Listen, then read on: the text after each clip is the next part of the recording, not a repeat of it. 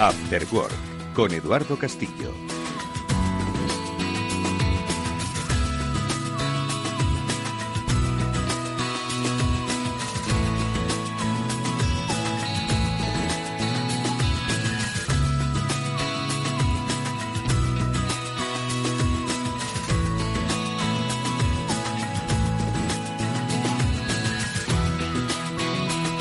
¿Qué tal? Muy buenas tardes a todos y bienvenidos al espacio de ciberseguridad del After Work de Capital Radio. No hay día que pase que veamos una noticia que corresponda a este programa.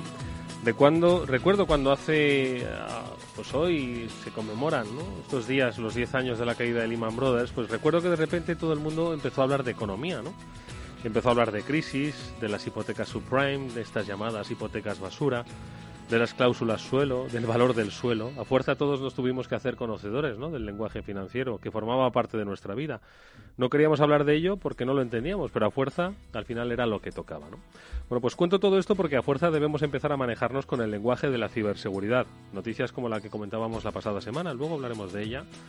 La relativa a British Airways, que luego nos comentará además también nuestros especialistas de On Retrieval, afectan además a una de las más importantes escuelas de negocio de nuestro país, el IES. Bueno, pues todas estas noticias forman parte de nuestro día a día. Se trata de un problema global que hoy ocurre aquí y mañana ocurre al otro lado del Atlántico, porque como la crisis financiera mundial ya hemos visto que muchos ataques no se producen solo a un país, sino a varios países y además están coordinados. De países, de coordinación, de globalidad, que no globalización, vamos a hablar hoy con nuestros invitados, pero especialmente con nuestros especialistas y amigos, Mónica Valle y Pablo San Emeterio, que cada día nos acompañan. ¿Qué tal? Muy buenas tardes, amigos. Pablo, Mónica, ¿qué tal? Buenas tardes, Eduardo. Buenas tardes, Eduardo. Hoy nos vamos a hacer un poco transnacionales, ¿no?, con nuestro programa, ¿no? Escogemos el billete de avión y nos vamos a ir a unos cuantos países. Bueno, hemos repartido nosotros más bien billetes y hemos logrado que estén aquí con todos nosotros, ¿verdad? Va a ser un programa, la verdad, que muy especial, espectacular, porque vamos a tener puntos de vista de, muchos países diferentes, que como bien decías, la ciberseguridad es transnacional, transoceánica, trans todo. Bueno, pues hoy nos vamos de gira internacional porque vamos a conocer cuáles son esas políticas de ciberseguridad que llevan a cabo empresas particulares e instituciones en diferentes países, más concretamente de Hispanoamérica. Ecuador, Argentina, Chile, Colombia y Panamá son hoy nuestros países invitados y con ellos vamos a ver si las amenazas son globales y si podemos trabajar de manera conjunta en la lucha contra un enemigo que no tiene nacionalidad. Enseguida vamos a saludar a nuestros protagonistas invitados hoy, pero antes, Pablo San Emeterio, ve dándonos pistas, por favor.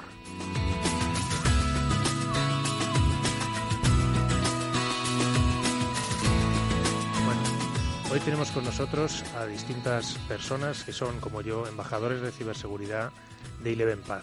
ElevenPath es la unidad de ciberseguridad de Telefónica. Es una empresa en la cual trabajamos por y para la seguridad informática de todos nuestros clientes y de las personas de la sociedad.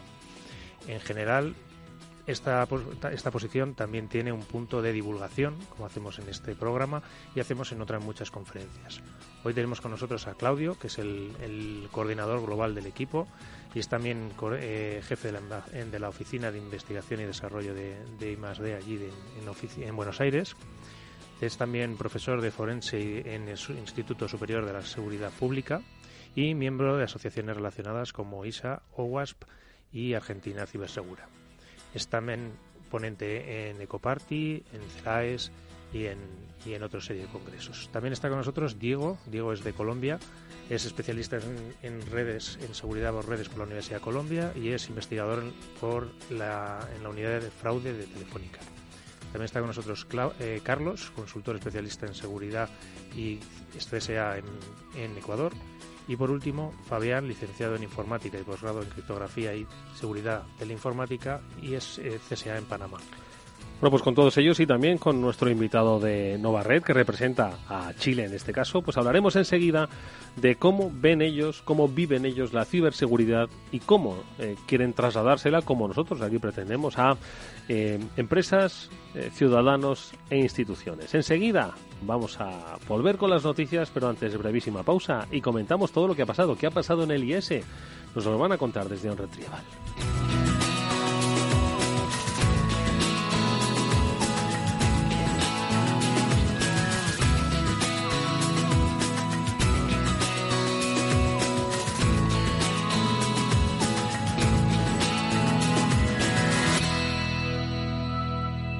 After Work, con Eduardo Castillo. Asegure su red, asegure lo más valioso de su negocio, sus datos. Evite ataques de ciberdelincuentes. En OnRetrieval contamos con soluciones de ciberseguridad a medida para su negocio, para pymes y autónomos. OnRetrieval, especialistas en recuperación de datos, informática forense y ciberseguridad. Llámenos al teléfono gratuito 900-900-381 y pregunte por la promoción de ciberseguridad Capital Radio y OnRetrieval. ¿Sabía que el oro se ha revalorizado un 335% en los últimos 20 años? Ahora que lo sabe, seguir dejando todo su dinero en el banco es su decisión. O si lo prefiere, invierta parte de sus ahorros en oro con Degusa y mantenga su poder adquisitivo. Infórmese en el 911-982-900 o en degusa-mp.es. Degusa Oro, la inversión segura. Dedicado a los por si pasa algo, a los yo no he sido, a los retrovisores, los imprevistos, al aparcar de oído. Dedicado a todas las familias que tienen un poco de family. Con Family Seguros, ahora y hasta el 31 de octubre tendrás toda la protección que necesitas con tus seguros y la alarma de Securitas Direct entre muchas más ventajas. Infórmate en caixabank.es. CaixaBank. After Work, con Eduardo Castillo.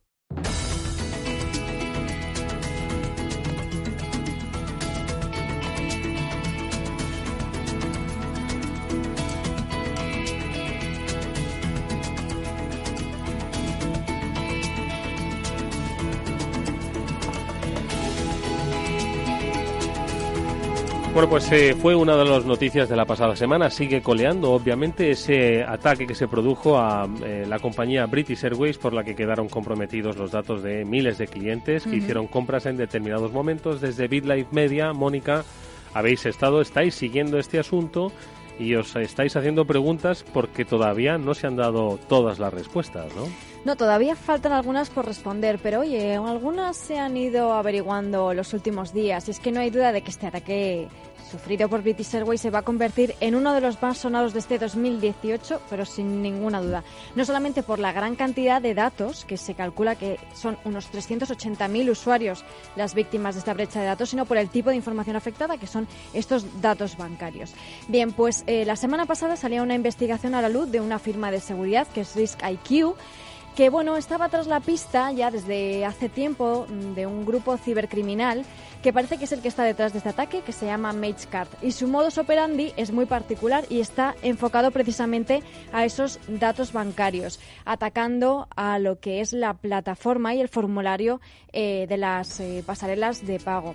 Entonces, consiste su ataque en una especie de skimmer digital a través del cual roban esos datos. ¿Qué es un skimmer digital? Para que lo entienda la gente de una forma así más sencilla.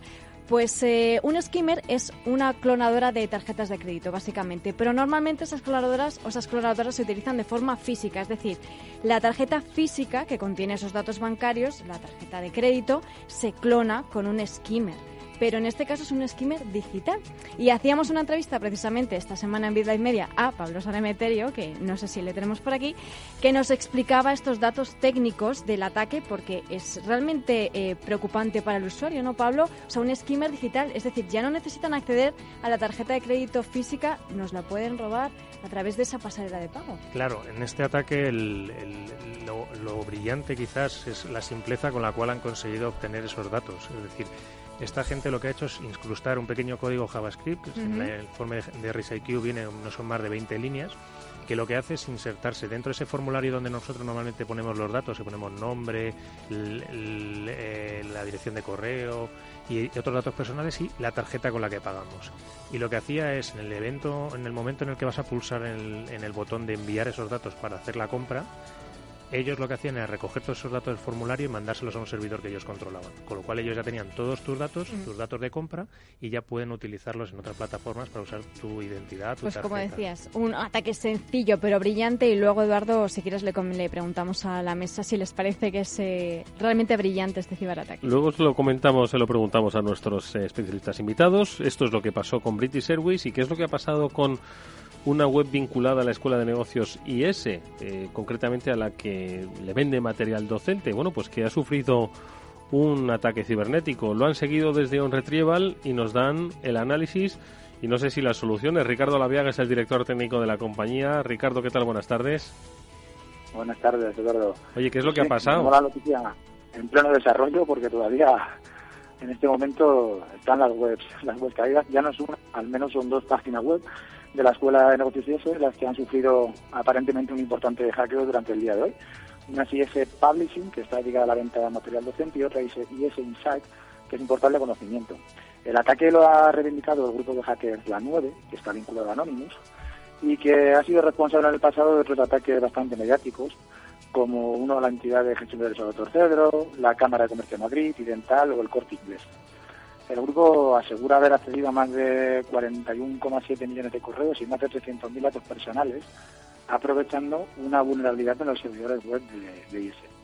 Según los últimos tweets que nos envía el grupo, parece ser que al menos no tienen intención de hacer pública toda esa información.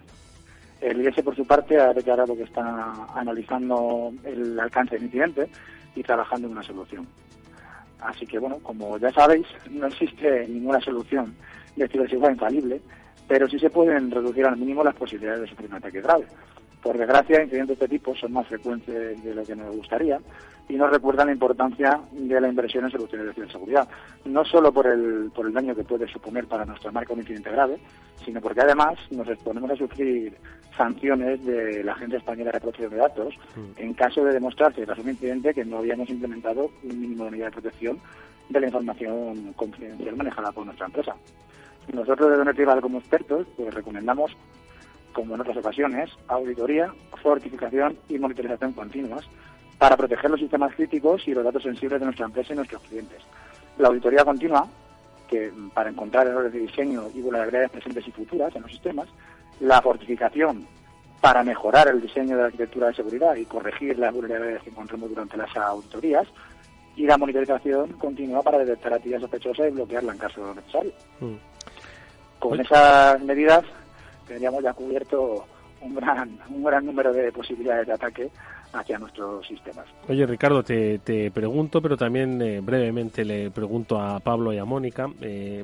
Esto le ha ocurrido pues a una web vinculada a la Escuela de Negocios, que yo me pregunto si los responsables de la Escuela de Negocios pensaron algún día que podrían ser víctimas de un ataque, porque dicen, bueno, nosotros al final damos docencia, es decir, no nos metemos con nadie, simplemente formamos a gente, a especialistas en dirección de empresas, y al final, pues nosotros que vamos a... Y además no somos un banco, es decir, no tenemos dinero, ¿no? Y obviamente se ha descubierto aquí que se ha demostrado que es que pues todas las instituciones, grandes o pequeñas, conocidas o no conocidas, pueden ser vulnerables a un ataque de este tipo, ¿no? Por supuesto. En el momento la única información de la que disponemos es de los propios atacantes, o sea que es pronto para hacer una valoración de cuál ha sido la causa o si eran conscientes o no, o qué ha sucedido. Entonces no podemos valorar, ¿no?, si había medidas o no, pero es verdad que en cualquier caso, lógicamente, si implementamos medidas de ciberseguridad, las posibilidades van a ser mucho más bajas. O sea, sabemos perfectamente que no hay ningún sistema que sea infalible y que sea imposible atacar, pero bueno, lógicamente cuanto más invirtamos en la protección de nuestros datos y nuestros sistemas, menos posibilidades tendremos de ser atacados, porque todos somos susceptibles de ser atacados, grandes, pequeños e incluso a nivel personal, ¿no?, los usuarios también lo somos. Y demostrar también que los datos, aunque pensemos que puedan ser, no tengan datos bancarios o no sean datos relacionados con formas de pago, también son importantes y también son interesantes y lucrativos. Sí, además en este caso se ha visto que realmente lo que querían estos atacantes, que no son como tal, era demostrar que esa vulnerabilidad existía y que esos datos estaban desprotegidos, no un toque de atención, pero podría haber sido realmente un ciberataque. Le han hecho una auditoría involuntaria, ¿no?, que diríamos, ¿no? Bueno, voluntaria, ha sido bastante voluntaria, pero realmente sí, les ha demostrado que no estaban protegidos convenientemente. Entonces lo que demuestra es que cualquiera puede sufrir una brecha de datos, y en el caso de que sea un ciberdelincuente que vaya por los datos para conseguir el dinero, no lo mostrará de forma tan pública, sino que utilizará esos datos para lucrarse. Ahí está la noticia que nos ha traído Ricardo Laviaga, el director técnico de OnRetrieval. Como siempre, gracias. La semana que viene te esperamos. Un saludo fuerte. Un saludo, buenas tardes. Y más cosas. Hemos comentado el tema de British Airways, pero también algo un tanto extraño que vas a tener que explicar un poco en profundidad, Pablo, en el mundo de las criptomonedas. se ha distribuido un malware a través de una extensión. Cuéntanos, ¿qué ha pasado? A ver, existe un popular software que se usa como home media, ¿vale? Como sitio para reproducir películas, para almacenarte las películas y tenerlas ahí en un disco duro NAS o descargártelas mediante plugins, que se llama Kodi, antiguamente también conocido como XBMC. Normalmente, yo particularmente me lo instalaba en una Raspberry, que es un ordenador chiquitito de 35 o 40 euros, una cosa pequeñita, y te servía pues para ver en línea, en streaming, cualquier tipo de serie, películas, televisión en directo, etcétera, etcétera. Esto se suele hacer a través de extensiones, es decir, tú tienes la plataforma y ahí le instalas extensiones y vas viendo pues las series, el fútbol en directo, etcétera, etcétera. ¿Qué es lo que ocurre? Que ha habido una serie de atacantes que lo han generado, es una serie de repositorios donde han alojado nuevas extensiones, quizás las pondrán también atractivas para los usuarios, pues lo típico, deportes en directo gratis, más series de último momento gratis, etcétera, etcétera, que estaban troyanizadas. Es decir, esta plataforma, aparte de en la Raspberry, corre también en los ordenadores normales, en Windows, en Linux, etcétera, etcétera. Entonces, los especialistas de SET lo que han descubierto es que en las versiones de Windows y de Linux tenían un malware que lo ponía a minar criptomonedas, en concreto Monedo. Bueno, pues vaya complejidad, ¿no? Porque siempre habéis dicho que cuando de repente tu aparato, tu ordenador se convertía en un minador de estos, porque necesitaban muchísima corriente, ¿no? Y muchísima energía, ¿no? Y... Claro, el minado de moneda requiere, por un lado, cómputo y energía. ¿Qué ocurre? Que normalmente el trade o el intercambio que se hace es que te cuesta más cara la luz que lo que recibes en criptomonedas. Lo que pasa es que si la luz la pones tú o la pone cualquier otro, pues tanto mejor, ¿no? El negocio sale redondo. Bueno, pues ahí está el mundo de las criptomonedas. Un día vamos a dedicar un programa un poco más en profundidad al tema, si os parece. Y una cuestión más que es de la que les gusta mucho a Pablo. Pero bueno, Mónica, tú también puedes comentarlo. Resulta que en lo de los aparatillos de La Manzana, de la compañía de La Manzana de California, ¿que se pueden o no se pueden hackear? ¿Son vulnerables o no lo son? A ver. Son vulnerables. Como... dedicamos un programa a esto hace a relativamente los falsos mitos poco. Y a los mitos reales. Los mitos, ¿no? de la seguridad, precisamente este es uno de los más extendidos. Y la conclusión fue que cualquier sistema operativo puede llegar a ser vulnerable. No, dilo, es vulnerable. Yo no conozco el sistema operativo que sea infalible. Ahora también se lo vamos a preguntar a nuestros invitados, ¿eh? Pero es cierto que normalmente cuando hablamos de seguridad móvil siempre nos solemos centrar mucho en Android, en los problemas que tiene por las plataformas, los markets no oficiales, por otra serie de vulnerabilidades. Y hoy es cierto que nos traemos una vulnerabilidad en el navegador del iPhone. Es decir, esto afecta tanto a Safari, también afectaba a Chrome, como a las aplicaciones. Normalmente cuando tienes el correo o las aplicaciones de redes sociales, cuando das a un enlace te lleva a una pantalla que es como un navegador, pero no es el navegador propiamente dicho, es WebKit, es una extensión donde normalmente tú consigues ir al navegador sin salir de tu aplicación.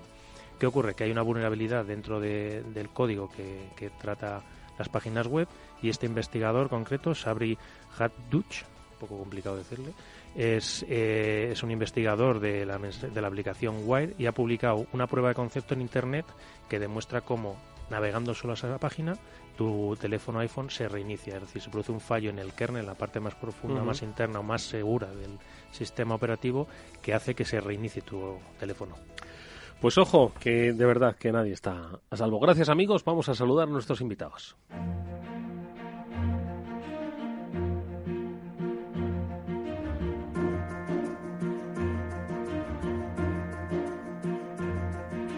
Pues como decimos, vienen de Chile, Argentina, Colombia, Ecuador y Panamá. Son especialistas en ciberseguridad y nos van a contar cómo se trabaja en sus países, cómo podemos hacer entre todos un mundo más seguro. Vamos a saludar desde Argentina a Claudio Carasiolo. Él es Team Leader de los embajadores de ciberseguridad de Eleven Paths en Buenos Aires. Claudio, ¿qué tal? Buenas tardes, bienvenido. Hola, buenas tardes, gracias por la invitación. A ti por haber venido. Desde Chile saludamos a Isaac Gutiérrez, él es consejero delegado de Novared en España y director de estrategia del grupo Novared, grupo chileno. Isaac, buenas tardes, bienvenido. Gracias, buenas tardes.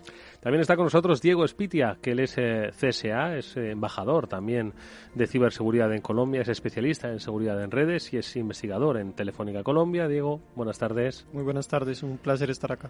Que estés con nosotros igualmente. Carlos Avitia es embajador de ciberseguridad de Ecuador y es consultor especialista en seguridad de la información. Carlos, buenas tardes, bienvenido. Buenas tardes, un placer estar acá. Y cierra esta mesa Fabián Chiera, que es también embajador de CSA de Eleven Paths en Panamá y especialista en criptografía. Fabián, muy buenas tardes, bienvenido. Muy buenas tardes, un placer estar aquí con ustedes. Oye, Pablo, Mónica y yo, ¿por dónde empiezo con tanto especialista que tenemos en la mesa? Pues la verdad que no lo sé, es que es difícil saber por dónde empezar. Que comenten lo de Apple, lo de British, o que hablemos de cómo se combate en sus países. Pues a mí me interesa saber cómo se combate en sus países y luego nos metemos ¿Y cómo se vive la ciberseguridad? Entiendo que ellos viajan mucho, ya nos han oído a nosotros, ¿no? Problemas comunes, que la gente se conciencie, ¿no? De que vivimos en un mundo conectado, ¿no? Ya no es solo cuestión de especialistas, pero aún así falta. Venga, hagamos un repaso. Claudio. ¿Cómo no? Bueno, a ver, Argentina es un país un tanto particular porque tiene una ley de delitos informáticos muy amplia, muy contemplativa, que fue creciendo desde el 2008 que se generó esa ley hasta la actualidad, en donde fueron agregando otras leyes para complementar, como por ejemplo el caso de la ley contra el grooming y demás. Hay un tratamiento de robo de identidad que todavía no salió, pero que está ahí en proceso. Pero a nivel nación, digamos, de protección nacional, ha tenido sus altibajos. O sea, fue la primera que formó un CERT en la región, pero ese CERT hoy no está funcionando como corresponde, de hecho casi no está funcionando. Lamentablemente hubo cambios políticos que lo fueron moviendo de un lugar a otro y eso hizo que se desmantelara prácticamente algo que fue novedoso para la región. Y hoy tenemos que, por ejemplo, el CERT más eficiente ha salido el de Uruguay, que es un país vecino. Y por el otro lado, se han hecho varios proyectos donde, por ejemplo, se han juntado las Fuerzas Armadas a armar un comando conjunto de ciberseguridad y ciberdefensa, que fueron proyectos nosotros decimos con mucho bombo y platillo, o sea, que anunciados muy fuertemente, sí, pero que después en la realidad no han generado el impacto que requerían, ¿no? O sea, han hecho poco en el día a día. Han hecho poco es una forma de decir, porque en realidad no es que no han hecho nada, pero a nivel de visibilidad es realmente poco, y a nivel de inversión eso claramente es poco, y es la ventaja que le dan a los atacantes. Los atacantes tienen tiempo y tienen plata, y eso es lo que genera el caos, ¿no? O sea, hay conocimiento, hay especialistas, hay intención, hay comunidad, pero falta ese impulso que a veces se pierde pues con muchas otras cosas en la maraña política, ¿no? Claramente hay dos problemas que desde mi punto de vista uno es el ámbito político, que normalmente va dándole prioridad a otros temas que van surgiendo dentro del país, y la prioridad dentro del tema de ciberseguridad va bajando. De hecho, en el actual gobierno está dentro de los 100 puntos más importantes de gobierno, está la ciberseguridad ahí adentro, pero no es uno de los que realmente... Pero igual está en el 99, ¿no? No lo sé, de importancia en el 99. Pero parecería que está en el 500, pero bueno. Oye... Pero ahí pasa una cosa con el Ministerio de Modernización. No, sí, era Isaac, estaba hablando ya Isaac, que le iba a presentar, para acércate más al micro, que te oiga no solo Claudio, todos los oyentes. A ver, Isaac. No, que digo que cuando crearon el Ministerio de Modernización pusieron mucho foco también en el tema de ciberseguridad, con lo cual están ahí... Bueno, cuando se creó el Ministerio de Modernización pasaron varias cosas. En realidad había un ámbito de ciberseguridad que es el ISIC, que era... Bueno, no me acuerdo las siglas de ISIC, pero Infraestructuras Críticas de la Nación y demás, que pertenecían a la jefatura de gabinete, y eso se pasó al Ministerio de Modernización para tener un ámbito más nacional y a nivel de ministerio, ya no de jefatura, por lo cual el impulso parecía muy alto, pero después, al fin y al cabo, se desarmó todo lo que se hacía sobre ciberseguridad, sobre infraestructuras críticas y demás, y se está tratando de trabajar. Se han hecho a partir de allí algunas acciones, como por ejemplo armar un comité de ciberseguridad y demás, pero hoy no hay en efectivo acciones concretas de ciberdefensa y ciberseguridad. Háblanos de Chile, Isaac. Bueno, yo creo que en Chile es un país en el que en mayo cambió un poco la percepción que tiene el país, porque aparecieron unos ataques a la que es la banca, y a partir de ahí la concepción o la conceptualización de lo que era la ciberseguridad en el país empezó a tomar una conciencia un poco diferente. Empezaron a poner un poco más medidas, ¿no? De hecho, hay una organización que se ha creado con respecto a todo esto, que mira, Miguel Pérez, que es el CEO de Novarret, está metido en esa organización, nos podría dar un poco más de detalles, pero ya sí que hay una noción de que el país es consciente de que se necesita invertir en tema de ciberseguridad. Y yo creo que lo que está faltando ahí es, por ejemplo, aquí en Europa sale la GDPR, ¿no?, que es una ley contra la protección de datos personales. Yo creo que en Chile hace falta también algo así para poder, digamos, poner medidas y que las empresas estén obligadas a hacer inversión para poder proteger los datos personales, ¿no? Y ahí van un poquito por detrás. Entonces ahí, eso es lo que creo, que todavía falta todavía. Tampoco está el CERT funcionando bien. ¿Creéis que es necesario que sean las leyes las que obliguen a las empresas a poner estas medidas de seguridad, o que deberían ser ellas propias las que tuvieran un poco más esa sensación, esa necesidad de que es necesaria la seguridad, cualquiera de vosotros? Hay dos aspectos. La ley es fundamental, digamos, porque la ley le da el marco legal para que tomen acciones. Nosotros, en el caso de Argentina, existe la ley de protección de datos personales desde hace muchísimos años, 12 años, si no me equivoco. Ahora, de aquí a que se cumpla hay un abismo de diferencia. De hecho, el ente que puede hacer auditorías y más son muy pocas personas para la cantidad de empresas que hay, por lo cual no se hacen auditorías y no hay un seguimiento. Pero por el otro lado, lo que sí implica es que si las empresas no se comprometen a generar un cambio, ese cambio no va a pasar nunca. Digamos, ¿no? O sea, hay un ida y vuelta. ¿Qué es lo que ocurre en Colombia? Diego Espitia, cuéntanos. Bueno, el panorama en Colombia es un poco parecido al de Argentina. Nosotros empezamos con la ley de comercio electrónico, la llamaron en el 2006, pero es demasiado amplia, demasiado vaga, la implementación era muy compleja. Ya ahorita está mucho más sólida la ley y se han creado organismos estatales de todas las fuerzas del Estado para hacer frente un poco a la cibercriminalidad. Y eso ha mejorado el entorno en cuanto a empresas y en cuanto a país. La parte de la banca en nuestro país es muy, muy, muy regulada. Ellos tienen que cumplir muchas normas de ciberseguridad y eso ha ayudado un poco a que la banca de Colombia sea una de las más seguras pues en la región. Pero desafortunadamente lo que sí en Colombia no sucede es la conciencia ni de las personas ni del empresario. Entonces, para ellos todo lo que tiene que ver con ciberseguridad es un gasto y todo lo que tiene que ver con educar en ciberseguridad es totalmente desechable.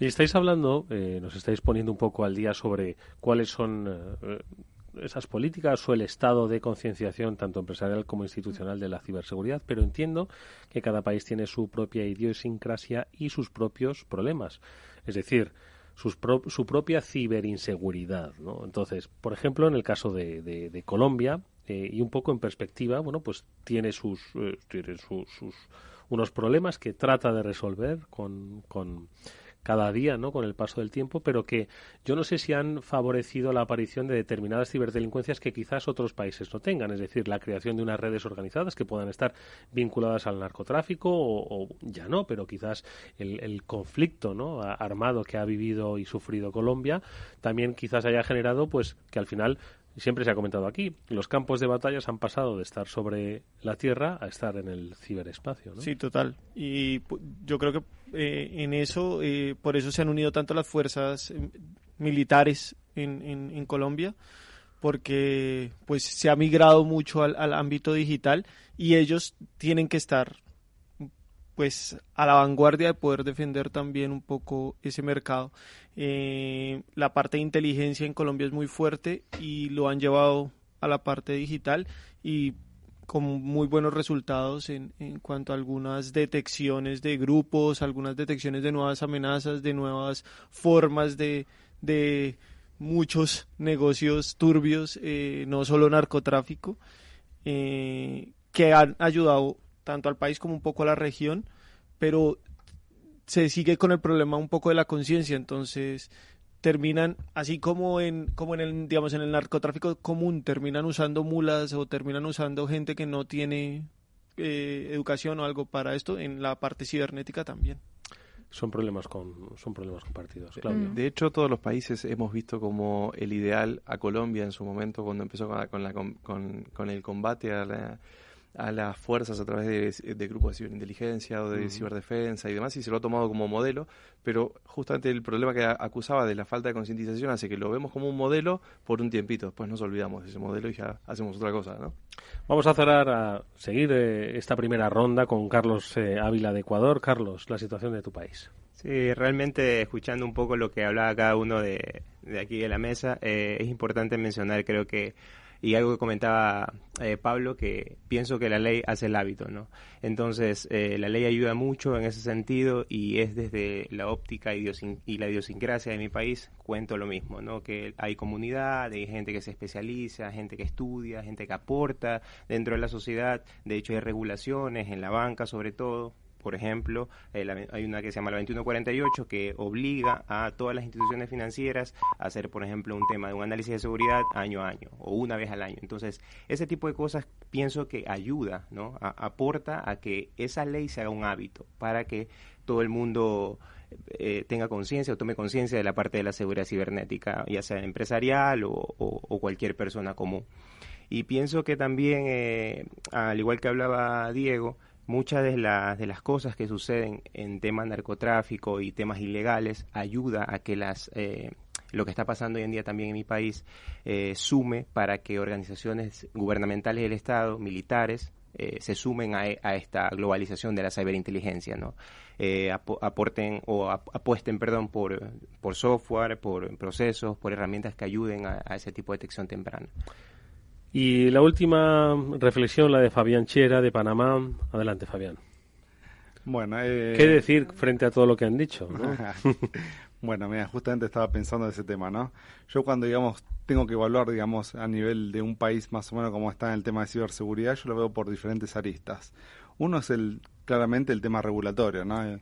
Las regulaciones van de alguna forma marcando, digamos, un paso. Y en ese sentido, sí, tanto Panamá como muchos países de Centroamérica realmente viven bastante más lejos de todo lo que comentaban aquí en la mesa, a nivel regulatorio, ¿sí? Después, otra lista que lo veo es al tema, digamos, de los ciberataques. O sea, cuando nos enteramos de los ataques, vamos a ver que no nos enteramos mucho de lo que es Panamá y Centroamérica. Justamente, digamos, los países que más nos enteramos son aquellos que tienen la capacidad de detección, tienen la capacidad de divulgación, hay ciertos canales para poder, digamos, divulgar, ¿sí?, las cosas que van sucediendo y concientizar también de esa manera. Otro de los puntos es cómo se divulga dentro de la sociedad los temas de ciberseguridad. Panamá realmente se ve muy poco, sí, hay muy pocos temas de eventos y capacitaciones o información general que lleva a todo el público a conocer, digamos, el tema, ¿sí? Entonces, digamos, en ese sentido, digamos, vamos hacia ellos y vemos, digamos, mucho de estos países o las problemáticas que comentaban acá todos los colegas como uno de los horizontes a seguir, pero un poco más rezagado a todo el resto. Yo, concretamente en Panamá, es que me estoy acordando de un caso muy famoso y muy sonado, que no sé si les hizo moverse o a los más que incluso que al Estado. Estado. Se suele decir, removió los cimientos. Sí, ¿no? removió los cimientos, pero sobre todo de los dueños de compañías o de los principales directivos de las compañías, más que del propio Estado. ¿Cuál fue ese caso? El caso Mossack Fonseca. Efectivamente. Panama Papers. Los papeles de Panamá. Sí, efectivamente.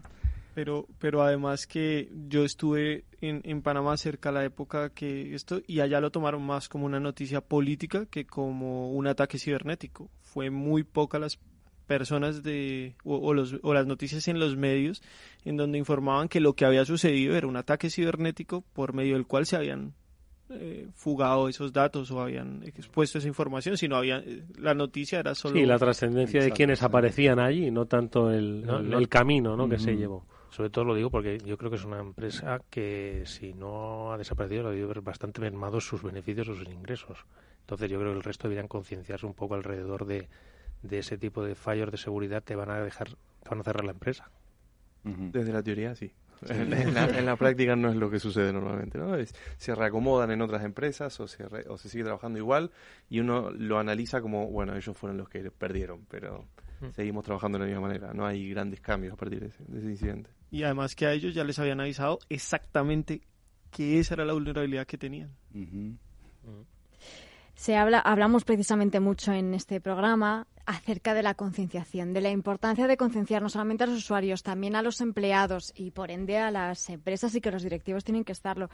Y quería saber cuál es el nivel de concienciación que creéis que hay en vuestros países, porque fíjate, comentaba Isaac en el caso de Chile, que fue este ciberataque a la banca, ¿no?, lo que les hizo despertar de alguna forma. Siempre tiene que haber una reacción a la acción, no aprendemos de otra forma, ¿no?, a invertir en ciberseguridad. Yo creo que esas reacciones son temporales. O sea, normalmente uno cuando tiene un incidente empieza a notar todos los problemas que tiene y empieza a cubrirse y empieza a tomar precauciones y demás. Pero con el tiempo deja de hacerlo de vuelta. Normalmente es lo que pasa. Que pone un parche a lo que ha ocurrido, British Airways, ahora mismo me estoy imaginando los pasillos de British Airways corriendo. Venga, parches por aquí, tal, auditorías por allá. ¿Y pasado mañana? En 2 años. Eso no pasa más. Seguro no pasa más. Y se vuelve. Pero es que vuelve a pasar, siempre vuelve a pasar estos temas. Y es recursivo. Y eso es porque realmente no es concientización real, ¿no? Es el impacto del shock de un caso. Pero no es concientización o concienciación real. Y ahí es donde tenemos el problema. De hecho, yo creo que el mayor problema lo tenemos todos los usuarios, que es que no reclamamos seguridad en los productos. Nosotros mismos. Cuando aparece una nueva tecnología, no miramos qué tan segura es, miramos qué tan fácil la puedo usar, dónde la puedo llevar. Nosotros mismos, los técnicos, los que trabajamos en seguridad, Twitter, no se olviden que estuvo sin HTTPS por lo menos 2 años, digamos, y lo usábamos nosotros. WhatsApp duró 3 años. Facebook, Hotmail, digamos, ¿no? Y eran tecnologías que lo usábamos gente de tecnología. Pero si uno miraba la lista de reclamos que había para que cambien en las aplicaciones, no había prácticamente reclamos de seguridad. Eran reclamos de que el botón a la derecha, que el botón a la izquierda, que la mano para arriba, la mano para abajo, pero no de seguridad. O sea, que seguimos, digamos que es un problema común, ¿no? De todos. No podemos hablar solamente de España en este caso, evidentemente. No, yo creo que la concienciación siempre es una tarea pendiente que pasa en todos los países. En todos los países del mundo yo creo que está presente, porque al final, como bien se sabe, los empleados o los usuarios es el eslabón más débil de todo y los malos lo saben, con lo cual saben dónde tienen que hacer daño. Entonces, por mucho que hagas las pruebas, estoy de acuerdo que al final llega ese momento, tú a un grupo de empleados les haces, digamos, incluso le haces una simulación de phishing o de spear phishing o de cualquier tipo de ataque que tiene, y al 3 meses lo vuelves a hacer y creo que vuelven a pisar. Y no ha aprendido, ¿no? Cae en la misma piedra. No, además que con ese tipo de concienciación les dura el susto 1 semana y después siguen usando lo mismo. Yo considero que es más una cuestión de educación persistente que el solo hecho de que sea un susto. Por eso sí creo que lo que decía Carlos es cierto, de que la ley hace la constancia.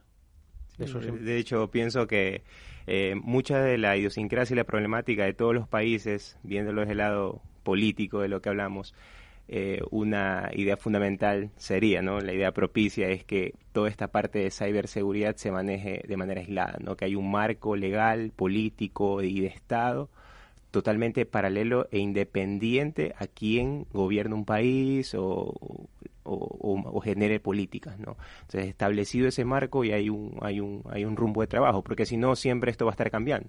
De hecho, a medida que he pasado por varias entidades de gobierno, brindando algún servicio y demás, conociendo, es rota gente cada 2 semanas, por poner un ejemplo, ¿no? Y eso hace muy difícil de que se crezca y se madure en ese proceso de concienciación, de hábito de seguridad, en esa parte, ¿no? Oye, aquí estáis representados, iba a decir 6 países diferentes porque nos contamos nosotros, ¿vale?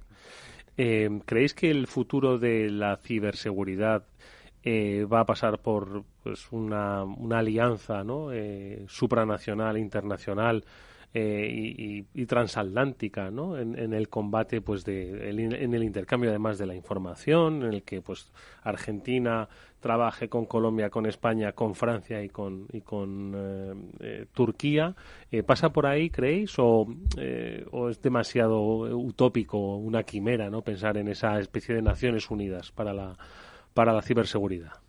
Bueno, la verdad que sí sería interesante, digamos, que se planteara algo de esas características, pero creo que siempre todo el panorama o el contexto internacional va a hacer que no sea del todo posible esa cooperación o esa colaboración entre todos los países. Sí, muy probablemente se va a hacer, digamos, por grupo de países, ¿está bien? Y el tema de la ciberseguridad a nivel global va a tener que ver con eso, sí, un poco, digamos, con el compartir, el colaborar, el cooperar, digamos, con otras organizaciones y organismos propios, tanto públicos como privados, ¿no?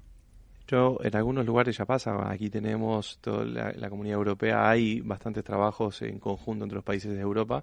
En la región nuestra está UNASUR, UNASUR, que es la que empuja los temas de ciberdefensa, la OEA que apoya también, digamos, pero siempre son temas que agrupan una pequeña porción de países, como decía Fabián, y además también se generan conflictos internos, por lo cual hay peleas entre países que hacen que no se puedan compartir libremente información, o viejas discusiones y demás, que hacen que no sea tan fluido esos temas. Sin embargo, hay una pequeña colaboración, y no creo que sea el problema, porque, por ejemplo, en el caso del convenio de Budapest, que es un convenio viejo, del 2001, si no me equivoco, tiene muchos años, vemos al día de hoy que la implementación es buena en determinados temas, y en otros temas no avanza, y el convenio está firmado, vemos, ¿no? Y esto no es un tema de que exista o no exista un convenio, sino que exista que los países quieran colaborar o no.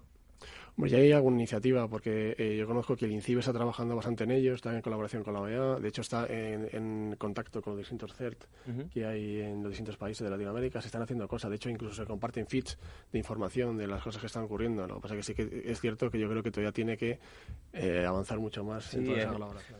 De hecho, está bueno que pase. En Telefónica nosotros colaboramos y somos parte de esas organizaciones compartiendo información y demás, pero a lo que me refiero es que no se hace libremente. O sea, yo no comparto libremente toda mi problemática del país, sino que comparto una problemática que es la que quiero que el otro país lo sepa. Que quieran. Claro. Sí. Entonces, sí, pero fijaos que al final muchas veces, yo no sé si es así, pero muchas veces esos ataques que decíamos que no tenían nacionalidad se producen de manera combinada desde, iba a decir Rusia, pero voy a decir otro país, pero es Ucrania, no. Bueno, Ucrania al otro, y hay personas, ¿vale?, en diferentes países, insisto, sin nacionalidad, que se han combinado, ¿no? Sí, entonces, la agresión puede ser... Es que lo que pasa es que nosotros para defendernos nunca nos coordinamos, pero ellos están totalmente alineados y totalmente juntos, sin importar en dónde estén. Yo creo que y ese es uno de los problemas. La diferencia quizás es que ellos tienen un objetivo claro y objetivo común. Es decir, están focalizados, se ponen a colaborar, cada uno tiene su especialidad, pero su objetivo, por ejemplo, es el banco X. Entonces ellos van claramente a por el banco X, consiguen penetrar y se reparten el objetivo. O el sector, ¿no? O el sector. Sí. Entonces, al contrario, yo creo que nosotros no somos capaces de abandonar. También, esto es un poco también injusto, ¿no? Porque esto es lo mismo cuando te pones a proteger una portería de 2x2, si eres un portero y te están disparando 20 delanteros, ¿no? Sí, es lo que ocurre. No, ¿cuántos goles consigues parar, ¿no? Entonces, el problema es que seguridad tiene que tapar todos los agujeros y el ataque con uno ya le es suficiente para entrar. Pero es cierto que quizás deberíamos coordinarnos un poco más para que en lugar de estar solo el portero estuviera todo el equipo defendiendo en la portería. Sí, ahí yo creo que también impacta mucho lo que hacen los entes privados, ¿no? Las organizaciones privadas. Porque, por ejemplo, empresas como la nuestra, como Google, como Facebook y demás, empiezan a colaborar cada vez más con las entidades gubernamentales para ofrecer acercamiento en el modelo de un protocolo de denuncias, un protocolo de actuación, en colaborar, en compartir información y demás. Y eso tiene que ir pasando cada vez más. O sea, cada empresa debería sumarse más rápidamente a estos modelos. Hoy, si vos tenés que contar un incidente que hubo en una determinada planta industrial de infraestructura crítica en un determinado país, es muy complejo encontrar el camino correcto para comunicarlo. Es muy complejo. Ahí por eso lo de la ley, que volvemos a trazar lo mismo, lo de la GDPR, aquí ayudará bastante, porque tiene un plazo de 72 horas si se produce un incidente en poder comunicar ese incidente. Entonces yo creo que eso ayudará también para que digamos que se ponga encima de la mesa problemas conocidos, que otras entidades, otros sitios puedan entender qué está pasando y puedan protegerse, ¿no? Eso yo creo que puede ser... Eso es muy interesante, es muy interesante y nosotros lo vemos con muy buenos ojos lo que pasa aquí con la GDPR, pero lo vemos muy poco aplicable a nuestra región, digamos, porque las multas son muy pocas, son muy bajas. No hay la GDPR es global para esta zona, para la zona de Europa, pero nosotros no tenemos una entidad que pueda dictaminar una legislación de ese estilo. O sea, entonces no puede haber nunca una ley que sea para toda Latinoamérica, digamos, porque no hay nada que lo pueda coordinar, digamos. Entonces, ahí donde hay ciertas complejidades. Y después tenemos el problema de las auditorías. Y cada país se está adaptando algo o un pedazo de la GDPR o de la de Estados Unidos o de la que le convenga. Y ahí empiezan un poco los problemas. De hecho, aportando un poco lo que mencionaba aquí en la mesa, sobre todo Claudio, hay la complejidad, aparte de las denuncias y demás, hay otra complejidad que desde mi óptica es prestar atención a los investigadores, ¿no? Muchas veces hay gente que descubre fallos, ¿sí? Trata de reportarlos, pero las empresas o bien dicen, oh no, eso no, la típica, no es un fallo, es un feature, una característica, o me da igual. Entonces, no sé, pensar en protocolos de ayuda. Por ahí, a la actualidad hoy en día hay una persona que se cansó de esperar a Microsoft, entonces lo vieron y empezó a publicar Zero Days ahí por Twitter. Entonces, se cansó de esperar de que le den bola, como dicen, o le presten atención, ¿no? Entonces, por ese lado también habría que ver cómo se cubre esa brecha. Y justo una de las empresas que más interés le pone, ¿no? Porque sí, claro. Sí. Claro, y eso llevado a otras empresas más chicas, eso es el caos. Yo tengo un ejemplo de una empresa donde un reporte de seguridad para datos personales críticos y la respuesta de la empresa fue: gracias, te vamos a cambiar el aparato. No, eso, por ejemplo, a mí las iniciativas que a veces hace Project Zero de Google y demás, las que te va poniendo un contador de 90 días para hacer público el informe, creo que son iniciativas interesantes. Yo creo que en 3 meses más o menos cualquier compañía que se dedica al desarrollo de software debe haber podido corregir una vulnerabilidad. Debería. Sí, a mí me dieron la última como 6 meses, ya me caché. Pero bueno, en ese sentido, ya te digo, los contadores que pone a veces Travis Ormandis o que pone Google, yo creo que ayudan bastante a... Es lo que decíamos antes, ¿no? Empresas privadas empujando. Empresas privadas empujando a... Que estos cambios sí, pero estáis pues, poniendo de manifiesto pues una falta de, no digo profesionalidad, sino de si dentro de las propias compañías de tecnología pues no hay una percepción del riesgo que supone o del conocimiento, no ese Open Innovation que se encuentra afuera, que te están dando la clave, pues creo que tenemos un serio problema, ¿no? De difícil resolución. Sí, en general yo creo que en las empresas de software de todas formas se suele primar muchas veces en las características y sacarlas rápido al mercado frente a la seguridad. A veces pienso que hay un problema más grave que me tocó hace 2 meses palparlo, que es hay muchos software por ahí que son open source, proyectos, ¿no? Y empresas, como lo ven que está bien, está bueno, empresas privadas lo agarran, proyectos open source, y lo embeben en sus propios software con las mismas vulnerabilidades, arrastrando todo lo que alguien puso ahí, y con eso lo monetizan, lo venden. Y tienen los mismos fallos de seguridad. Entiendo. Es que lo habéis comentado antes, ¿no? Estamos abandonando la seguridad por la usabilidad. El otro día entrevistaba a una persona de Paradigma que me hablaba de que la vida había que considerarla en beta permanente, porque es tanto lo que demanda el mercado, pues que no te da tiempo a desarrollar, innovar y crear una estrategia para el lanzamiento de un producto, sino beta permanente para dar satisfacción al mercado. Una beta permanente que hace que pues no prestemos atención a la seguridad, sino que veamos rápidamente cómo ponerlo en el mercado sin prestar atención, como digo, a la seguridad, y al final estamos todos sobre una vulnerabilidad permanente, ¿no? Sí, además es que en todo esto yo creo que también es importante hacer frente a lo que es la seguridad de código, porque siempre vamos a inversiones en hardware, inversiones en firewalls, inversiones en IPS, incluso ponemos un WAF, pero lo que es el proceso en sí de la fabricación de software, ahí yo creo que también es bastante importante.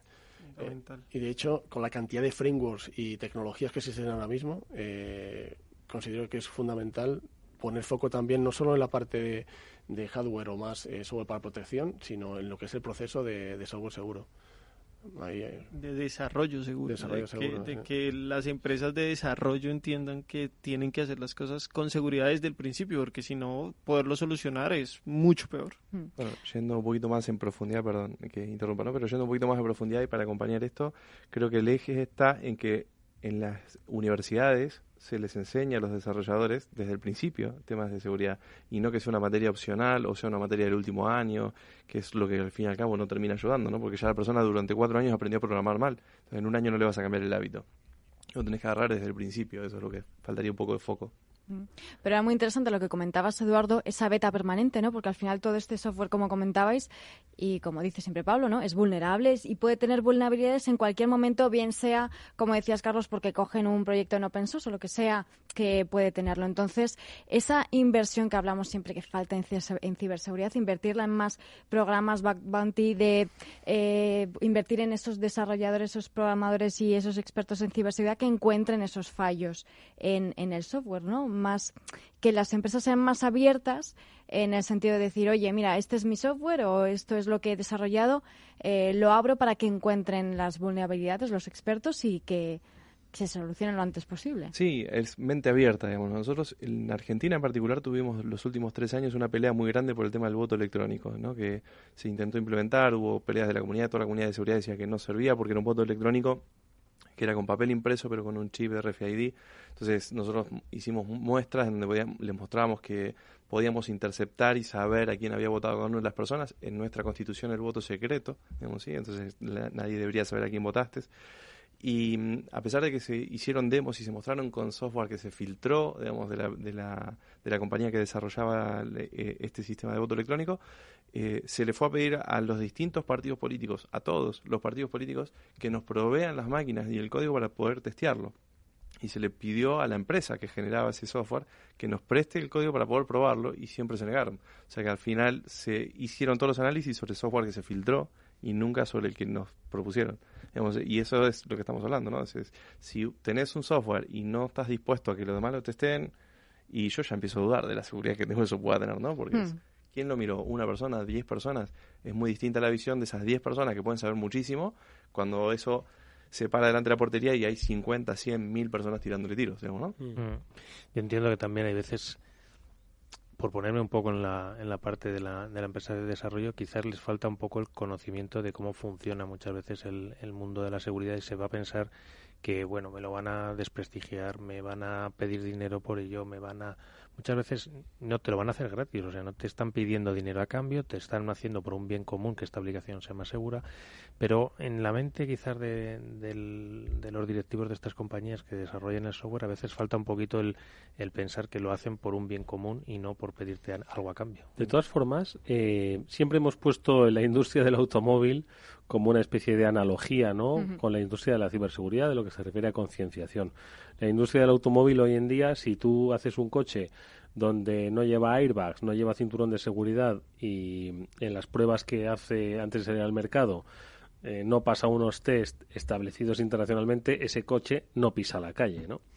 ¿Por qué no se hace esto para todos los fabricantes? Es decir, unos estándares de seguridad. Yo creo que en alguna ocasión lo hemos hablado, que se ha intentado, aquí, pero es complicado un pero un sello de seguridad. Aún así los global. Coches salen con fallas, ¿no? Sí, es cierto, ¿no? Sí, pero ¿Qué te ha pasado? Pero ojo, cuando salen les llaman a revisión para que los corrijan. Bueno. Es importante. Exacto. Te envían el USB para que... Igual quiero hacer una aclaración, porque yo uso mucho esa analogía también de la evolución de los autos, y creo que la seguridad en los autos fue petición de los usuarios, la gente, porque había muchos muertos, muchos accidentes de tránsito y demás, entonces por eso las empresas empezaron a poner, además de la legislación que los empezó a obligar a cumplir con determinadas normas de seguridad para que el auto venga con cinturón de seguridad en los 4 asientos, con airbag laterales, frontales y demás, pero la seguridad nunca dejó de ser un negocio. De hecho, por lo menos en Latinoamérica, no sé aquí cómo son los autos que se venden estándar, pero en Latinoamérica cuando tú compras un auto viene con los 2 airbags frontales, pero si quieres laterales tienes que pagar aparte, y si quieres que tenga freno ABS en las 4 tienes que pagar aparte, y si quieres un airbag en el techo pagas aparte. La seguridad, que es nuestra vida, sigue siendo un negocio en donde nosotros tenemos que pagar más y queremos ser más seguros, y eso es lo que muchos desarrolladores de software piensan. Muchos desarrolladores de software dicen, yo hago una solución, hago este software que funciona, y si querés que le agregue feature de seguridad, ok, sale tanto más el módulo de seguridad.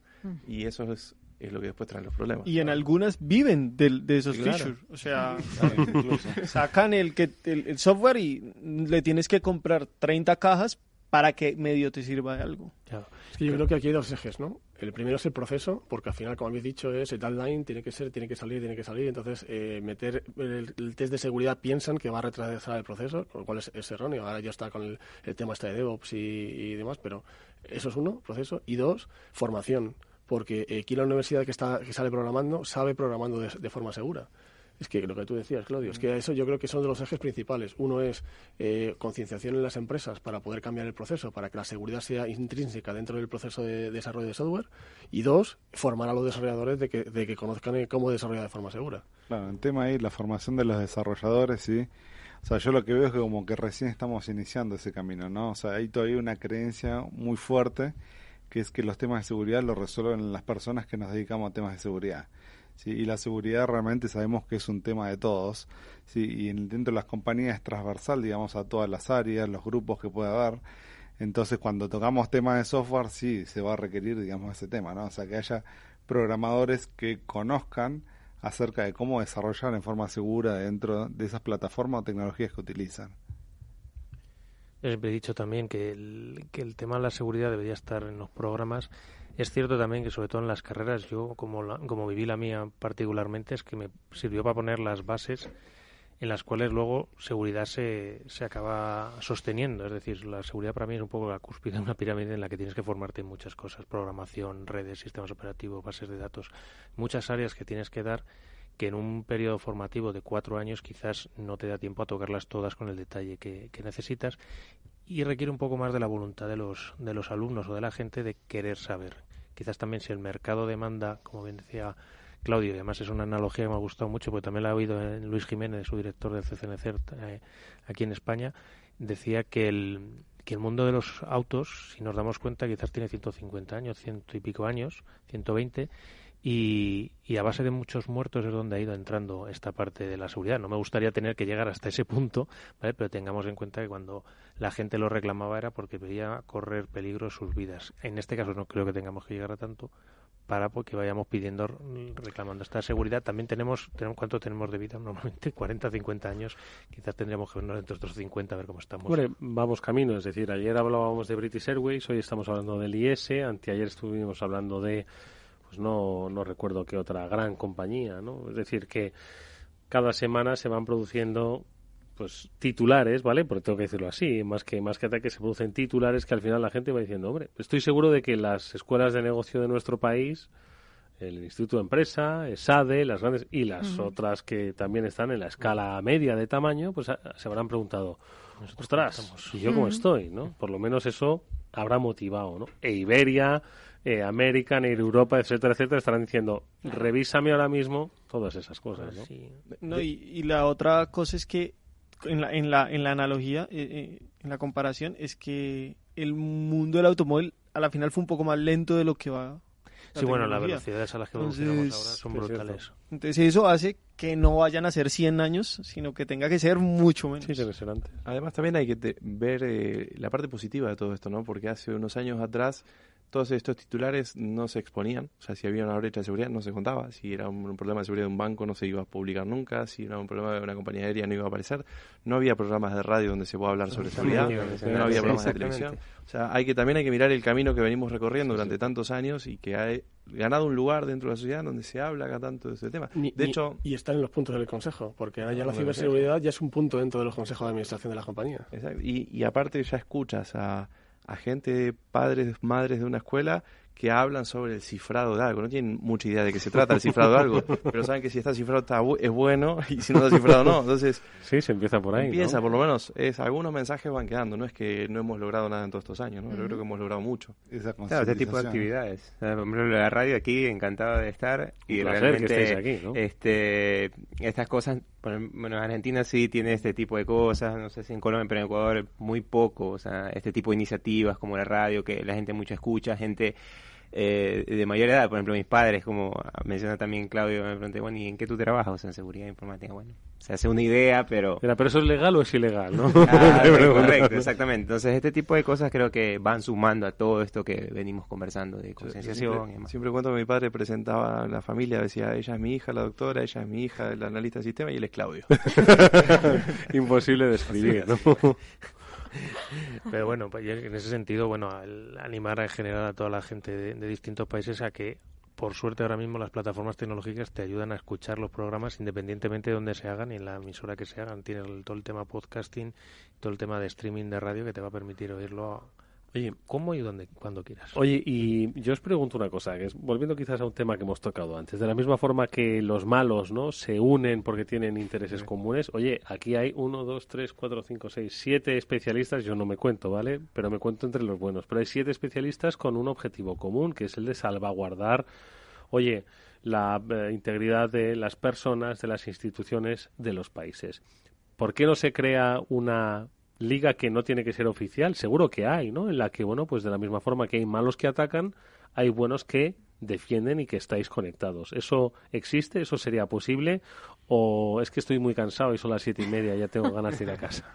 No, sí existe. Son las comunidades y creo que en todos nuestros países las comunidades son fuertes y la integración con ellos es lo que ha mejorado un poco la seguridad de las regiones y que esto crezca.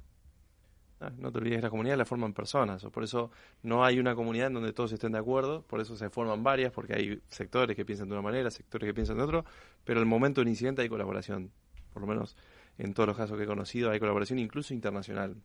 Esto es la gran ventaja de las conferencias también, ¿no? Las conferencias lo que han hecho es juntar gente de distintos países para compartir información y ya de paso lo conoces y sabes a qué se dedica, dónde trabaja, y el día que sepas de un incidente que pueda afectarle a su región, le avisas y él avisa al resto de la comunidad y se trabaja en conjunto.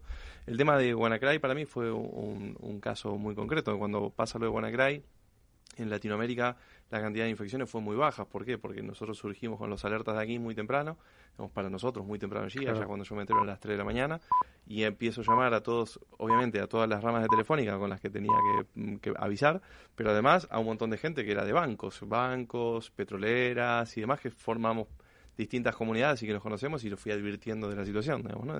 Y esto se da en estos últimos años. Hace 10 años atrás esto no existía. Y se ve la reducción del impacto.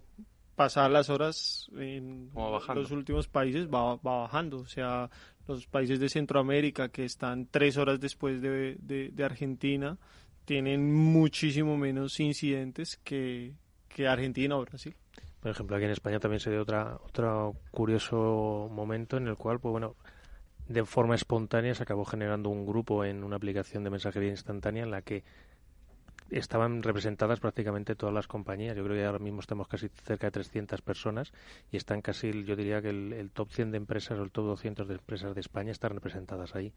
Entonces, curiosamente, este incidente sirvió para generar un canal donde ahí se intercambia información o se avisan de determinados incidentes que hay que afectan a cada uno, y de hecho no es raro fin de semana, oye, ¿está alguien de tal empresa? Porque le han encontrado algún tipo de fallo o tal, y si no está, aparece y se le pone dentro. Eso es como salimos de todo el camino formal de legislación y demás, ¿no? Salimos, vamos por afuera y llegamos igual cuando hay voluntad de llegar, digamos.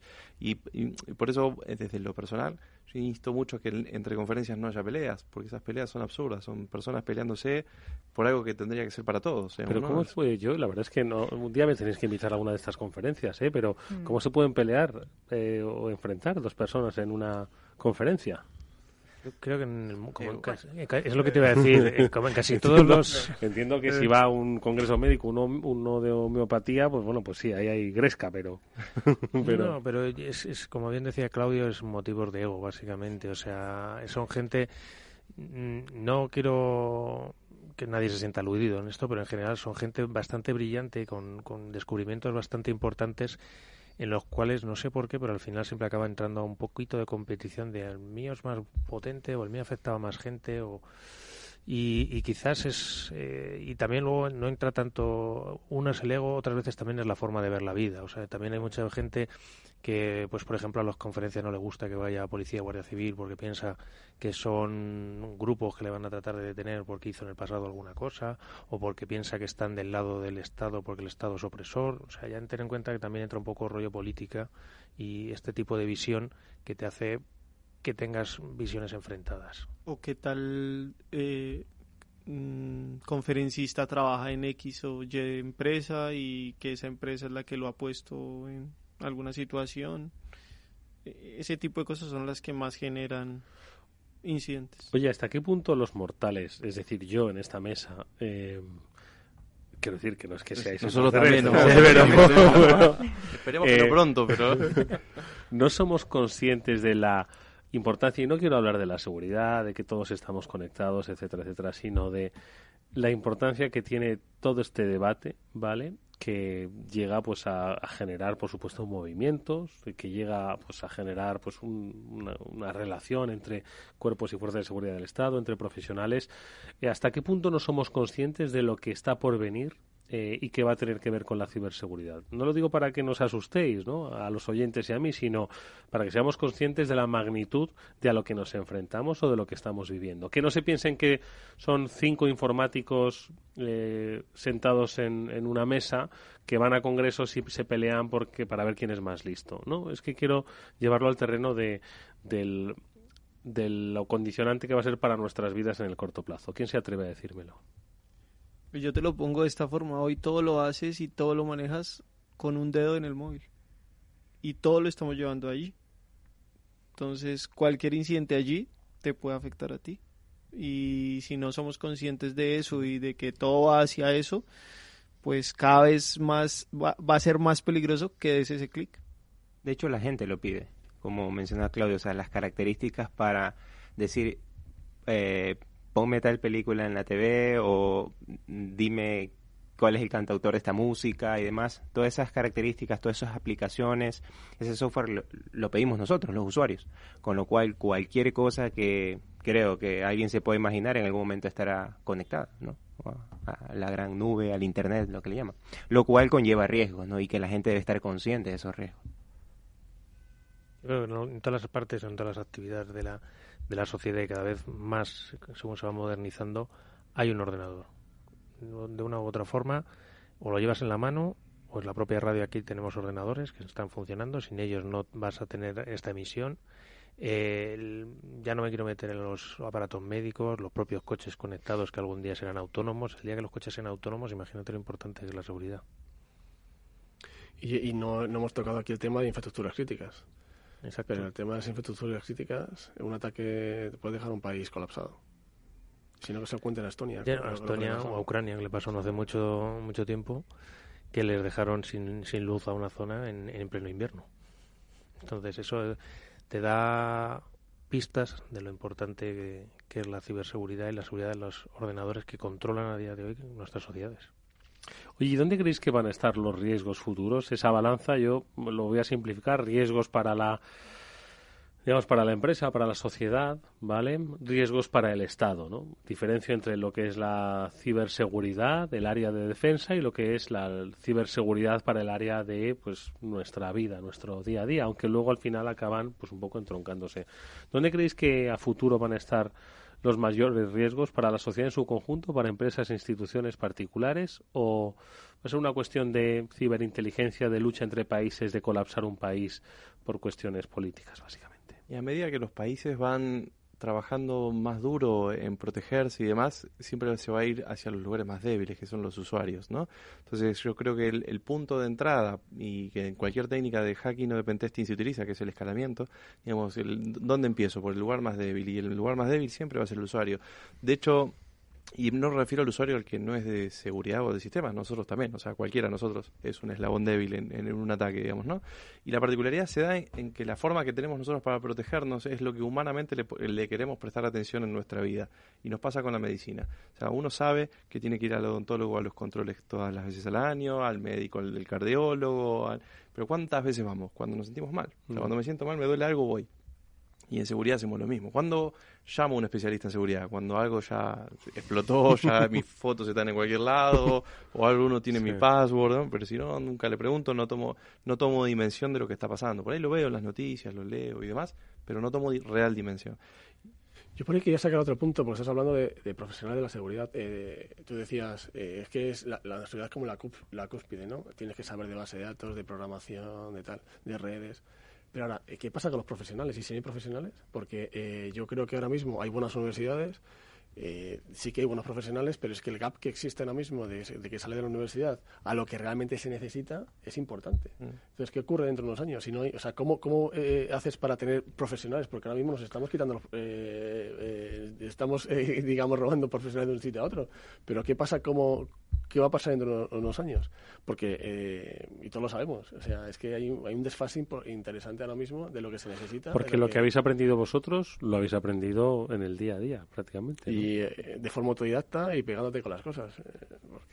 Pero los jóvenes que también vienen detrás también vienen pegando fuerte y se han aprendido autodidactamente o de mano de otras personas.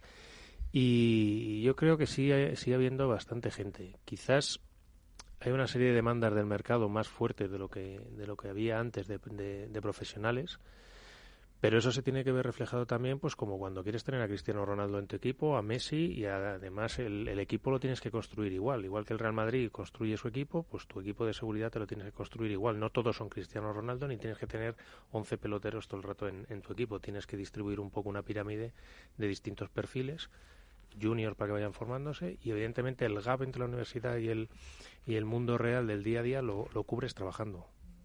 Y ver que esto es un poco también inversión, el crear estas pirámides, el que puedas generar este crecimiento de las personas y de las unidades de seguridad dentro de las organizaciones o dentro del Estado.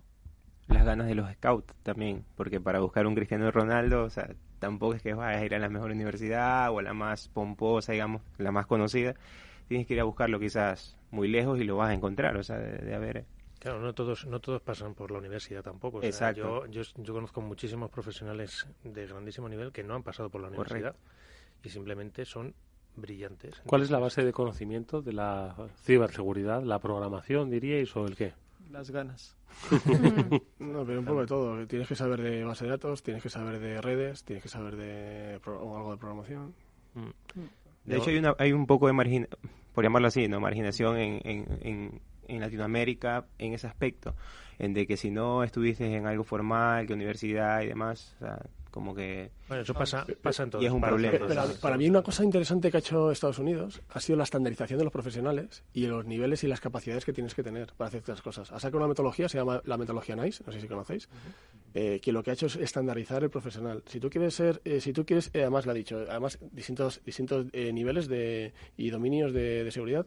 Si tú quieres hacer defensa, te metes en un equipo blue, si quieres hacer esto tienes que tener este tipo de skills y este tipo de capacidades. Y además, si tú eres un profesional que trabajas para el Estado, eres aquí, tienes nivel tal, haces esto. Y eso, yo creo que la estandarización de profesionales y cómo lo está haciendo, yo creo que eso es un paso también interesante. Sí, no sé si replicable, pero es interesante. Ahí está el detalle. Sí.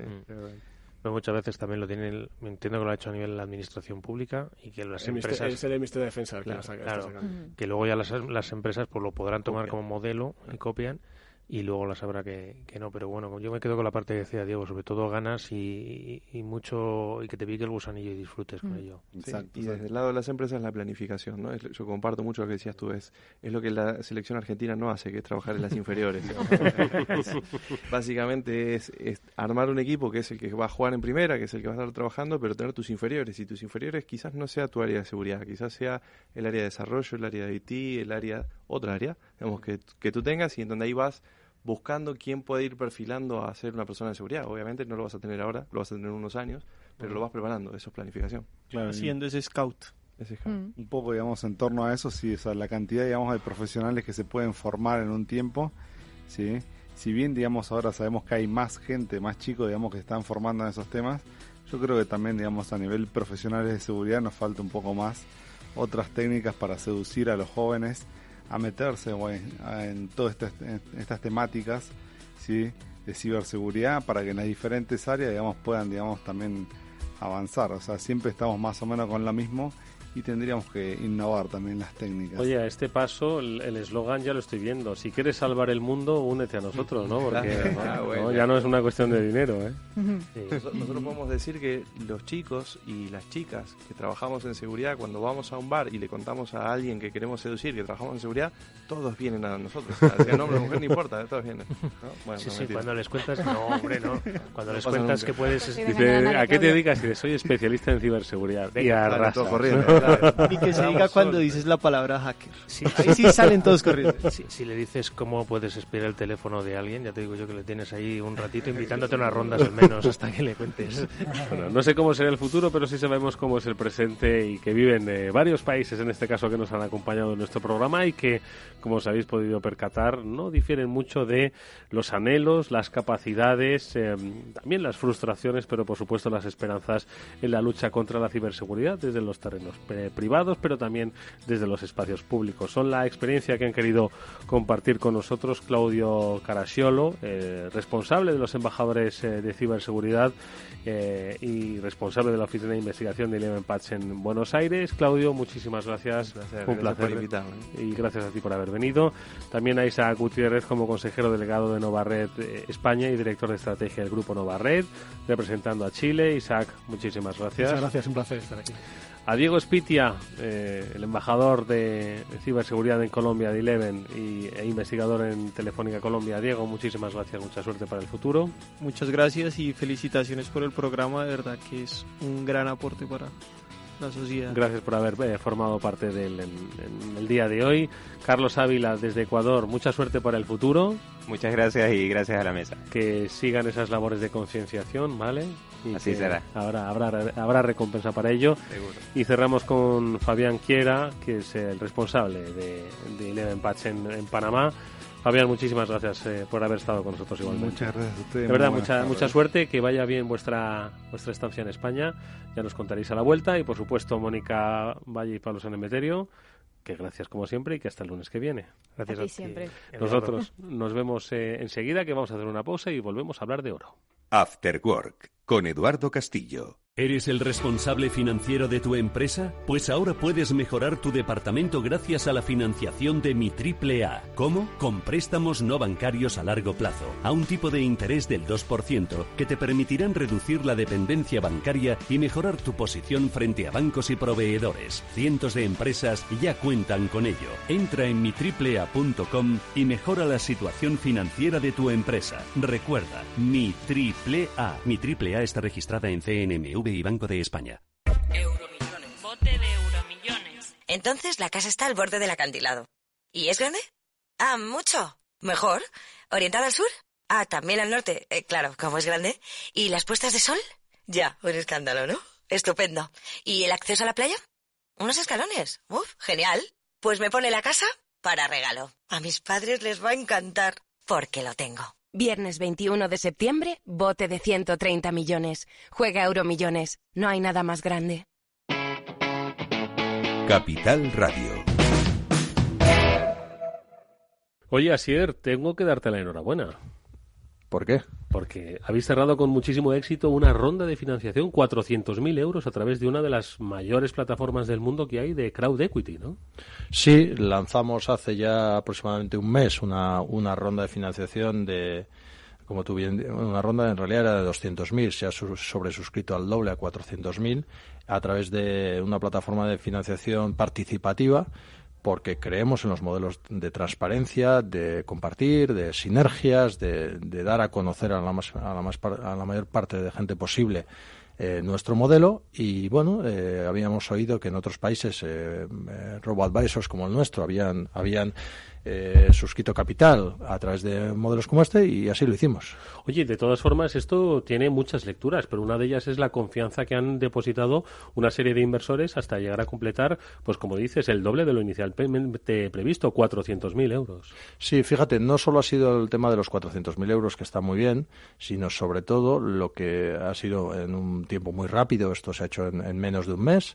Y luego hay una cosa que es muy interesante, que es que hay aproximadamente 300 inversores de 36 nacionalidades, lo cual quiere decir que Fininvest, el modelo de negocio de Fininvest, ha convencido a 300 personas de 36 nacionalidades, porque ven que es un modelo sólido, que es un modelo de futuro, que es un modelo de la banca que viene, y por tanto, pues ya ves que ha habido mucha gente, no solo nuestros clientes, sino gente que dice, quiero participar en el modelo de Fininvest. Además, has dicho una cosa, que es la transparencia. Esto en la banca del futuro tiene que estar muy presente, ¿no? Sí, fíjate, yo hablo de la banca del futuro porque en España estamos todavía muy empezando. Es la banca del presente ya en casi todo el mundo. En modelos como el nuestro ya están terriblemente presentes en la vida diaria de los ahorradores de toda Europa y de Estados Unidos. En España, pues estamos un poquito al inicio, pero sí, es la banca de la transparencia, es la banca de las bajas comisiones, es la banca de pensar más en el cliente que en el interés propio, es la banca de ofertar mejor producto y más adecuado para cada uno de los clientes y no el que sea adecuado para la entidad financiera. Es la banca que debe ser para todos. Y además hay que aclararle a nuestros oyentes que dentro de las múltiples opciones que hay del crowdfunding, la que habéis utilizado es la del llamado crowd equity, es decir, inversores que participan directamente de Fininvest, ¿no? Sí, bueno, el Crowdcube, nosotros hemos hecho la emisión en Inglaterra, no la hemos hecho en España, y han sido Crowdcube es la plataforma líder en el mundo en crowd equity. Por tanto, hemos ido como siempre hacemos, para nuestros clientes y para nuestra empresa, tratando de buscar lo mejor. Y bueno, pues sí, lo hemos hecho, como te decía, en Inglaterra, en una plataforma líder mundial de crowd equity. Bueno, ya se ha cerrado la ronda de financiación para formar parte de Finanbest, pero también se puede hacer siendo cliente. ¿Cómo podría hacerlo la gente, Asier? Bueno, pues pueden venir a nuestra página web, a finanbest.com. Pueden visitarnos en nuestras oficinas de Plaza de Castilla, donde todo el mundo es bienvenido. Nos pueden mandar un correo a teayudamos@finanbest.com o nos pueden llamar a nuestro teléfono 91 428 73 93. Pues ahí están las claves. De nuevo, enhorabuena, Asier. Muchas gracias. Gracias a vosotros. Capital Radio. After Work, con Eduardo Castillo.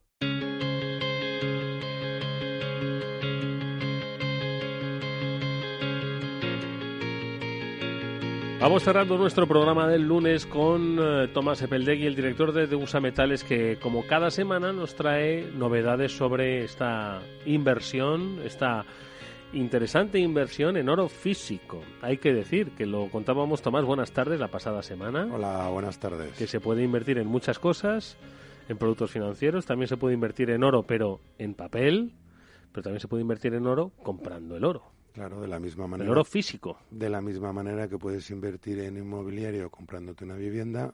Que es comprando muchos ladrillos juntos. O comprando un fondo de inversión. Tampoco es lo mismo. Y nosotros hoy hablamos de el perfil del comprador de oro físico, pero sobre todo de lo que les gusta comprar oro, ¿no?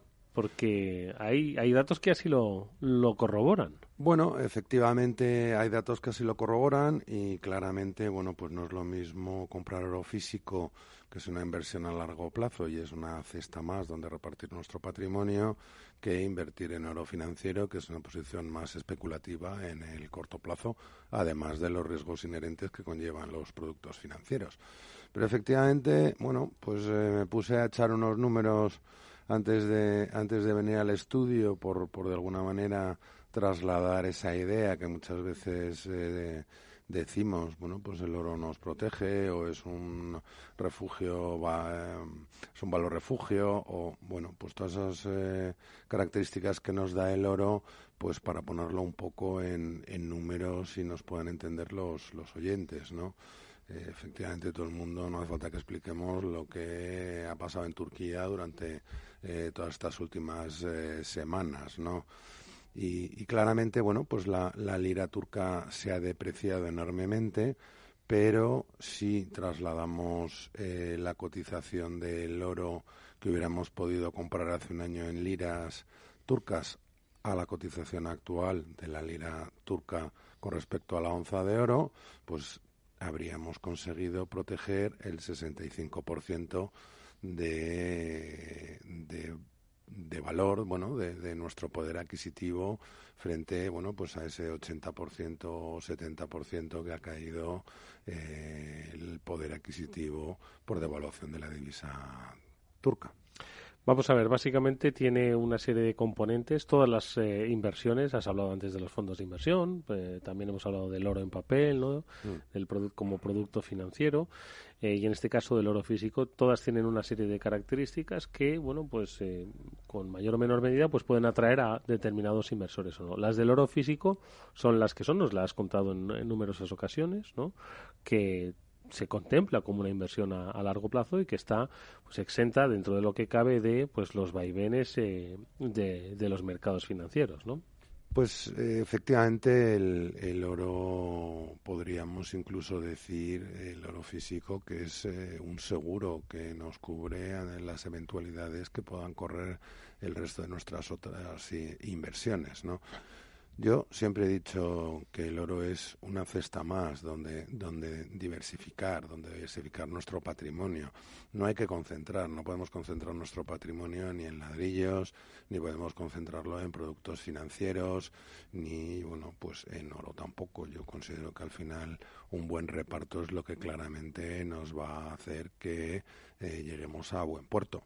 Hemos vivido una crisis inmobiliaria donde en este país pues mucha gente la tendencia que ha tenido desde luego históricamente es en acumular, llamémoslo ladrillo, y se han encontrado, bueno, pues con una situación en la cual ya no era cuestión de que lo pusieras muy barato, sino de que directamente no vendías. Es decir, es un activo que no te genera liquidez y menos inmediata. Los mercados de valores hemos visto cómo se han infravalorado hasta un punto en el cual, bueno, pues casi había empresas cotizadas que ganábamos más dinero si las liquidábamos que si vendíamos nuestras acciones, ¿no? Bueno, claramente el oro es esa inversión a largo plazo, pero tiene una característica muy interesante, y es la enorme liquidez que tiene. Si a eso le añadimos a unos tiempos de turbulencias, pues tener un valor que normalmente con las turbulencias se revaloriza y es líquido inmediato, pues siempre nos va a sacar de un apuro o nos va a dar la oportunidad de hacer una inversión. ¿Eso es lo que piensan algunos de los inversores en oro? ¿Que me has traído algunos datos de encuestas?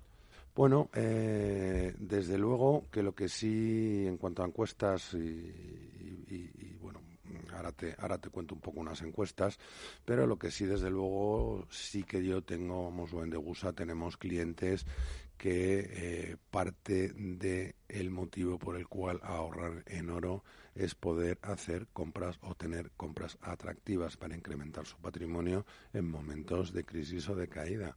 Los precios son sumamente bajos y, bueno, pues tú lo que dispones es de un activo sumamente líquido, cuestión aparte de lo que se pueda revalorizar, que te va a permitir, bueno, pues hacer compras sumamente interesantes por los precios en los que puedas realizar esa transacción. Ten presente que en esos momentos de crisis tener liquidez, bueno, pues te marca la diferencia, y sobre todo la diferencia futura. En cuanto a estadísticas, pues efectivamente hay una estadística que se ha hecho a los profesionales de inversiones británica, la asociación CFA. Tiene unos 1.600 inversores socios, y esta encuesta lo que revela es que el activo mejor valorado desde el 2012 es el oro. Los inversores están comenzando a adoptar una mentalidad, bueno, pues un poco más alejada del riesgo en el cual están todos los mercados inmersos, y claramente, bueno, el oro es una alternativa que se les presenta como, bueno, como defensiva o como protección ante esos cambios que pueda tener el mercado, ¿no? Con lo cual, bueno, pues ya no es que solo pues pueda decirlo yo, está claramente que está habiendo un cambio. También te puedo decir que las estadísticas de venta de oro físico de estos últimos meses pues se han incrementado considerablemente. Hay determinadas casas de la moneda, como por ejemplo la australiana, que mismamente en este mes de agosto pues me parece que el incremento que ha tenido ha sido por encima del 60% en ventas de oro físico con respecto del año pasado. Yo sí te puedo decir que en Degusa cada vez tenemos más clientes que se nos acercan con la inquietud de poder incorporar esa cesta dentro de su patrimonio, y bueno, empieza a haber una mayor concienciación de que efectivamente, bueno, hay que aprovechar, y yo recomiendo a los clientes estos precios en los que estamos para complementar esa cesta el que no la tenga. Nos lo cuenta Tomás Epeldegui, que es el director de Degusa Metales, pero ¿se basa Tomás en sus afirmaciones, en datos, los que recogen de los inversores profesionales y de lo que dice el mismo mercado? Lo ha compartido con nosotros en estos últimos minutos del After Work. Tomás, muchísimas gracias, mucha suerte. La semana que viene más. A ver qué me cuentas del oro entonces. Pues nada, hasta la próxima. Muchas gracias a vosotros. Y nosotros nos despedimos hasta mañana, donde habrá programa especial, ya lo sabéis, una programación desde primera hora de la mañana, tercer día de la inversión en Capital Radio. También este programa hablará de ello a partir de las 18:30. Hasta entonces, hasta mañana.